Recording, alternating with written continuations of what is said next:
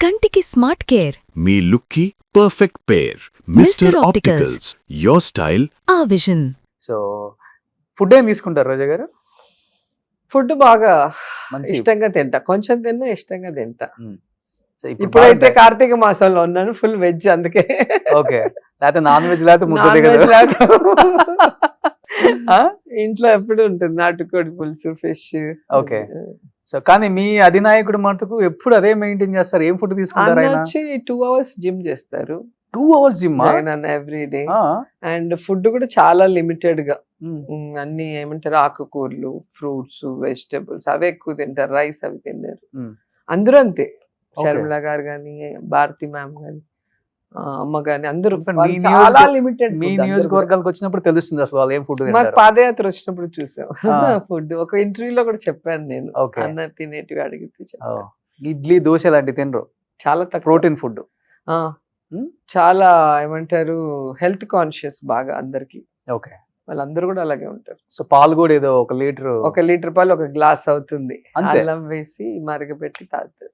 మీరు ఫాలో అయ్యారు నెక్స్ట్ అదేమన్నా ఆయన డైట్ ని ఫాలో అవట్లే మీరు ఇంకా? నేను బాగా తింటాను, ఫుడ్ ఇష్టం.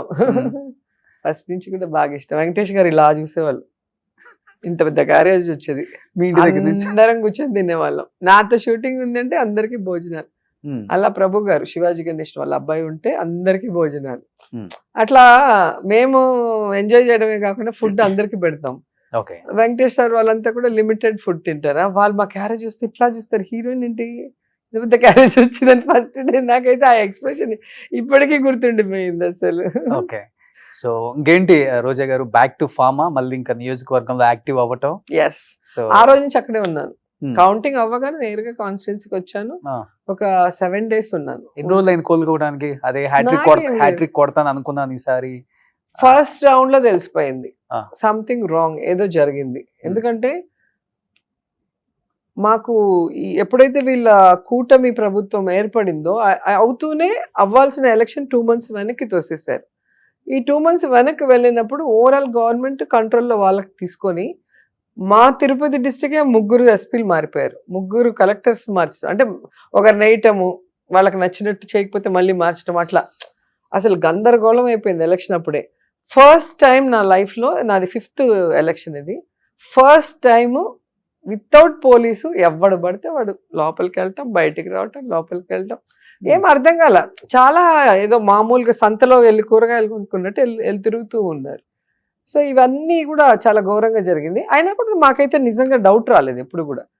ఫస్ట్ రౌండ్ అవ్వగానే వడమాలపేట అనేది మాకు కాన్స్టిట్యున్సీకి హాట్ లాగా మా పార్టీకి. ఓకే. ఎప్పుడు నేను 2 సార్లు గెలిచింది కూడా ఆ మండలం వల్లే గెలిచాను. అక్కడ నాకు స్టార్ట్ అవుతుంది మెజారిటీ, అక్కడ నుంచి అలా వెళ్తూ ఉంటారు, ఇంక తెగదు. అక్కడ ఫస్ట్ రౌండ్ 3000 వచ్చేసింది వాళ్ళకి. నాకేం అర్థం కాదు, 1 నిమిషం ఇలాగే ఉన్నా. సెకండ్ రౌండ్ మళ్ళీ 3000. సో అర్థమైపోయింది సంథింగ్ రాంగ్, ఏదో జరిగింది, ఇది జనం ఇచ్చిన తీర్పు కాదు. నేను వెళ్తున్నా అని చెప్పి బయట వచ్చేసాను కదా, మీరు చూసుంటాను, వెంటనే వచ్చేసాను నేను. లేకపోతే మా కాన్స్టిట్యున్సీ ఎప్పుడు కూడా 1000, 2000. 858 ఫస్ట్. ఇప్పుడు మీరు నాది కాదు, వాళ్ళ డాడీ నుంచి ఉన్నారు కదా ఇప్పుడున్న క్యాండిడేట్ డాడీ ముద్దుకృష్ణ నాయుడు కూడా 1200, 1600 తోనే గెలిచారు చంగారెడ్డి మీద. సో అక్కడ 1000, 2000, ఓహో అంటే 5000, 6000 అంతే. 40,000 అంతా అసలు తలకిందులు తపస్సు చేసినా కూడా ఉండదు. సో అది మనకి ఫస్ట్ రౌండ్ అర్థమైపోయింది కదా సంథింగ్ రాంగ్ అనేది. నేను వచ్చేసాను, నేను పెద్ద ఇంకా దాని గురించి ఆలోచన కూడా లేదు, అంతే. లాస్ట్ వరకు వచ్చి ఒక 1000, 2000 తోడిపోతే బాధేసి ఉండేది. ఏంట్రా ఇంత కష్టపడ్డాము, ఇంత సర్వీస్ చేసాము, ఇంత డెవలప్మెంట్ చేసాము, ఎందుకు ఓడిపోయామని ఒక బాధ ఉండేది. ఇది అర్థమవుతుంది కదా. సో అంతే, క్యాజువల్ గా బయటకు వచ్చా, నేరుగా కాన్స్టిట్యున్సీకి వచ్చా. ఇంకా అందరూ వచ్చి ఓవన్ బాగా కష్టపడి వర్క్ చేశారు అందరూ కూడా సిన్సియర్గా. ఏంటి ఎవ్రీ హౌస్ కి వెళ్ళాలి కదా, అవును, మీకు వచ్చిందా రాలేదా, ఎవరికైనా మిస్ అయితే మళ్ళీ వాళ్ళకి ఆ వెల్ఫేర్ కానీ వాళ్ళ ఊర్లో అడిగిన డెవలప్మెంట్ ఏది లేకుండా చేశారు. ఇది లేదు అనకుండా వాళ్ళు అడిగిన ప్రతిదీ చేసి ఇచ్చాం. సో అలాంటప్పుడు అలా అయినప్పుడు పాపం లీడర్స్ అయితే చాలా ఏడ్చారు, నాకే బాధ వేసింది. నేను అందరినీ, నన్ను ఓదార్చాల్సింది పోయి నేను అందరినీ ఓదార్చా. సో 1 week ఉండి అన్ని మండలాల్లో ఒక్కొక్కరుగా మండలం వస్తే అందరితో మాట్లాడి ధైర్యం చెప్పి అందరినీ కన్విన్స్ చేసి మళ్ళీ చెన్నైకి వెళ్ళా. ఒక 3 days ఉండి మళ్ళీ వచ్చేసారు. మళ్ళీ స్ట్రాంగ్ అవుతుంది. నేను అక్కడే ఉన్నా మీ టీవీలోనే, చెన్నైకి వెళ్ళిపోయా, ఇల్లు అమ్మేసా, విజయవాడ అంటే నేను నగిరిలోనే ఉన్నాను. ఇంక నగిరిలో రోజు తిట్టమంటే తిడతాను, నేను మీరు వేసుకుంటానంటే ఉన్నానని తెలియాలంటే తిడితే కానీ వేయట్లేదు, పొగిడితే ఎవరిని వేయడురే మీరు. సో మీరు అలా ఉంటేనే అందరికి తెలుస్తారు అయితే. అవును, మరి ఇష్యూ జరిగింది మొన్న, ఒక అమ్మాయిని చంపేశారు వడమలపేట. ఇంక అక్కడికి వెళ్ళి మాట్లాడటం, లేకపోతే మామూలుగా ఊరికి ఏం మాట్లాడతాం మనము.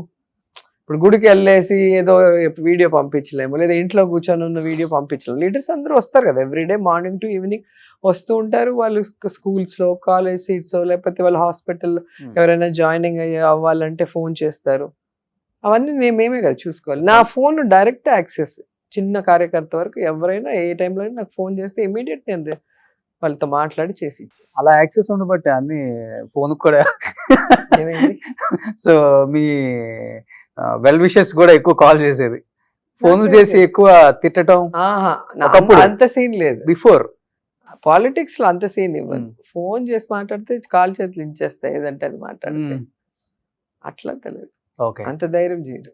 తమిళన్స్ హీరోయిన్ ఉన్నప్పుడు అదొక క్రేజ్ ఉంటుంది కదా, అల్లరి పిల్లలు.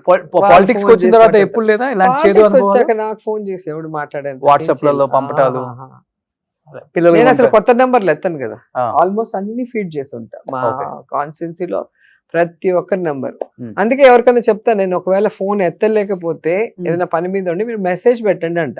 ఒకవేళ కొత్త నెంబర్ వస్తే నేను ఎత్తాను కదా, సో వాళ్ళు మెసేజ్ పెడతారు కదా, పలానా ఊరు పలానా వాళ్ళని మాట్లాడాలంటే వెంటనే నేనే చేస్తాను.